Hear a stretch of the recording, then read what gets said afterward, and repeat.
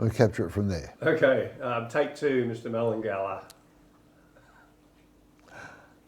Hello, welcome to the International Education Accreditation Council, or IEAC, training module for inspectors.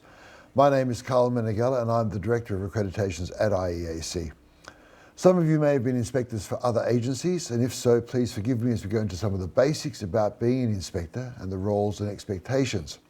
For those of you who are new to inspection, I hope this provides some familiarization for you and some context. Okay, first of all, let's look at accreditation. What is it? Take two. Welcome to the International Education Accreditation Council, or IEAC, Inspectors Training Module. My name is Carl Menegella and I'm the Director of Accreditations at IEAC. The goals for this training module is to give you a familiarization with IEAC, with accreditation, and with the roles and responsibility of inspectors. Some of you may have previous experience as inspectors, and some of you may be new to accreditation inspection.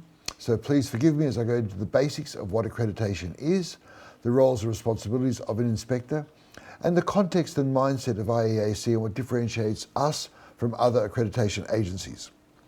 Okay, first of all, what is accreditation? Simply put, it's a quality check. It's a chance for all the stakeholders of an institution to see where they are compared to international standards, which we at IEAC have developed, and they reflect what is typically expected in a US or a UK environment. It also helps with strategic planning. It helps organisations understand where they're coming from and how to realise their vision and mission. You may be wondering who can be accredited. Well, this is really quite a wide scope. It can go all the way from university, a whole of campus university, or a faculty, or a program within a university, to technical colleges, vocational colleges, schools, online education providers such as language schools. In fact, if there's teaching and learning happening, it can be accredited. It could be a corporate training centre within a company, for example, Toyota, and they might have their own training department for their mechanics. If there's teaching and learning, IEAC can accredit it. The types of accreditation include full accreditation, affiliate accreditation, and membership. I'll break all of these down for us today. The roles of the inspector is to support and report. Sorry, that's right. Plane come out. Start again, sorry about that. Yeah, I'll do it one more time. Okay, I'm going to get it right now. You're starting from the beginning? Yep. Oh, sorry about that. But, that's right. Yeah. I'll do it through. I did ring them up this morning. Okay. They said, yeah, we can't hold them all. Take three. Yeah. Welcome to the International Education Accreditation Council, or IEAC, training module for inspectors. My name is Carl Menegella and I'm the Director of Accreditation at IEAC. The goals for this training module is to familiarise you there. Take four. Welcome to the International Education Accreditation Council, or IEAC, training module for inspectors. My name is Carl Menegella and I'm the Director of Accreditations at IEAC. The goals for this training module is to acquaint you with IEAC and our services and products, as well as the role and responsibility of an inspector. First of all, let's look at accreditation and exactly what types. I'm going to do it again. I'm going to get it right. Take 172. Welcome to the International Education Accreditation Council, or IEAC, training module for inspectors. My name is Carl Menegella and I'm the Director of Accreditations at IEAC. The goals for this session is to familiarise you with IEAC, our products and services, as well as accreditation, and then to break down the roles and responsibilities for inspectors. Let's start first of all with what is accreditation. Accreditation, simply put, is a quality check. It's a chance for institutions to see where they are in regards to their vision and mission, but also where they stand as far as international standards. So they can look at standards which would be typical in a US or a UK environment, and they can see what areas they need to develop, where they have significant achievement, and it helps them in their strategic planning. You may be wondering just who could be accredited. Well, the answer is anywhere where there is teaching and learning. So universities can be accredited, of course. It could be a faculty within a university or a program within a faculty. Colleges, vocational colleges and technical colleges can be accredited. Schools can be accredited, right down to kindergarten. Additional to that is also corporate training centres. They can be accredited, or online education providers such as language schools. If there is teaching and learning occurring, it can be accredited. The types of accreditations we have at IEAC is a full accreditation, an affiliate accreditation, and membership. The full accreditation is normally for institutions which are well developed. They've already been in the game for several years. They've already got a track record and they're well established in their area, and that's a full accreditation. An affiliate accreditation is for those institutions that have an accreditation from another provider. So they might have an accreditation with the Council of International Schools, or they might have an accreditation with another agency from another country.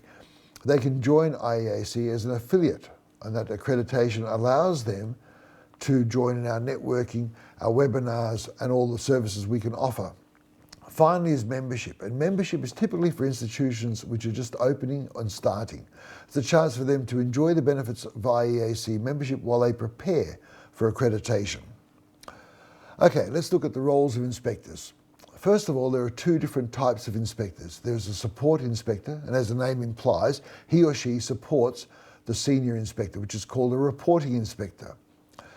The reporting inspector is the one who is responsible for writing the final report, which goes to the accreditation committee. Okay, let's look at what an inspector actually does. First of all, a school or an institution or a university will apply to IEAC for accreditation. When they do that, they send through the application, and then there's a request for documentation. These documents are reviewed, and if it looks like the institution is in a position to be able to be accredited, then those documents are sent to the inspector's dashboard. And that's where you come in. As an inspector, you have access to the dashboard as well as the website of the institution. When I was inspecting, what I would typically do is research the institution on its website, look through the documentation, so I had a familiarization with the institution before I even went there. The next thing is, I'll give you an example of an inspection where you go on site. So typically what would happen is I would reach out to the institution and, being proactive, introduce myself and give them some options for how the inspection could take place. The inspection is typically a 2-day on-site inspection, although for online institutions, of course, we can do the inspection online. But let's look for a moment at the 2-day on-site. So if it wasn't in the same country where I was, I'd be flying into the country, have one day as a rest day, and then the next 2 days on site, followed by another day of either a rest day or flying back home. On those 2 days, I would typically meet with the senior leadership team in the first instance, and then there'd be presentations by various departments or various faculty members, which gave a chance for everyone to start a dialogue. Those inspections were very important. They could last between 5 and 10 minutes and gave all of us a chance to get more of a context of the institution.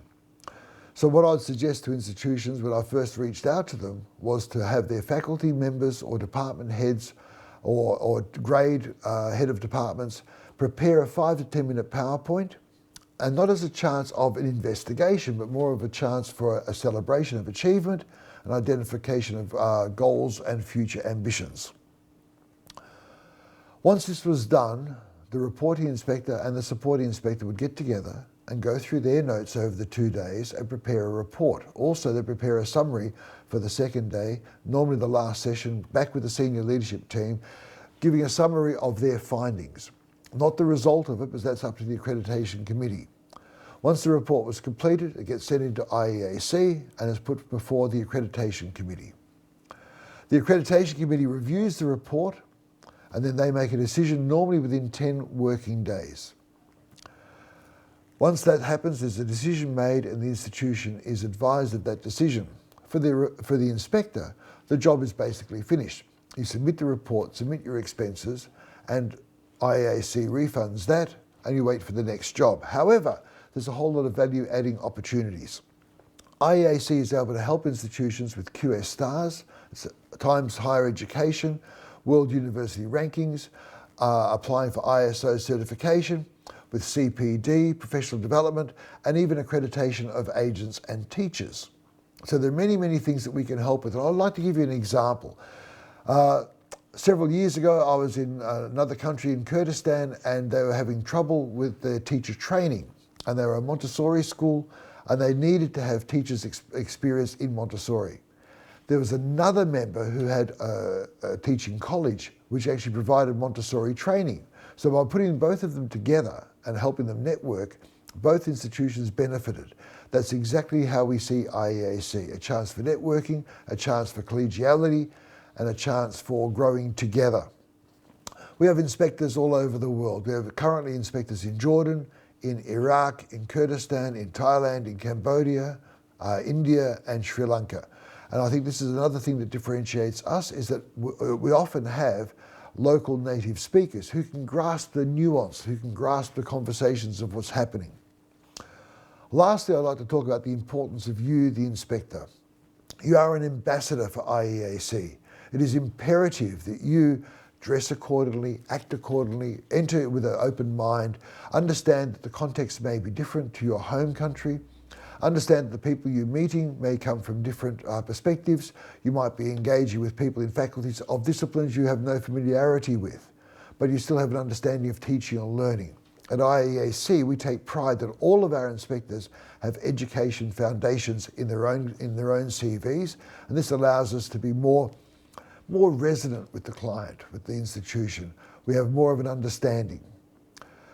Finally, I guess the last thing to say is that I'd like to welcome you to IEAC as inspectors. You are pivotal in our success, and you are our ambassadors, and hopefully this first training module gives you a great grounding in what it is to be an inspector. Thank you very much.